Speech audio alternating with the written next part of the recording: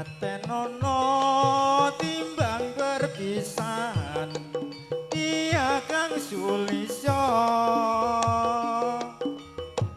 terewangi sanutono marang keluarga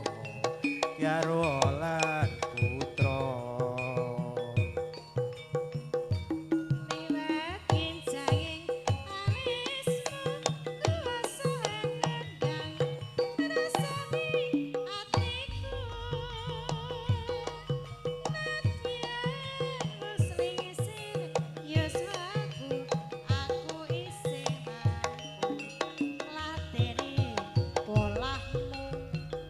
mongko kowe bocah gunung ajan bocah gunung aduka atiku jiwa ragaku kok urung kehormatan marom rukung ati bijong urip ana kutha gedhe kowe tak kekane amesah isine apa-apa wae nadyan sesideman mesti kasembadan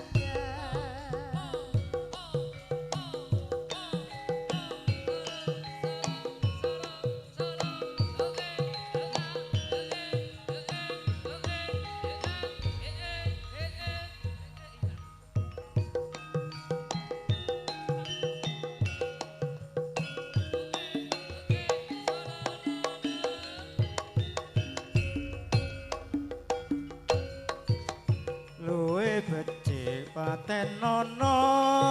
timbang perpisahan iya kang sulisya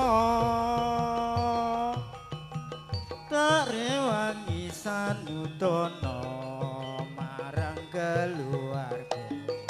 karo lan putra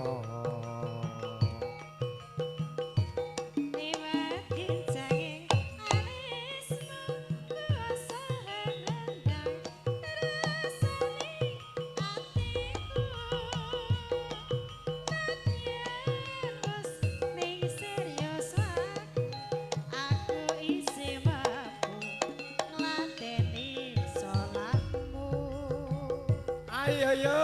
joget aja kowe bocah gunung najan bocah gunung aduka atiku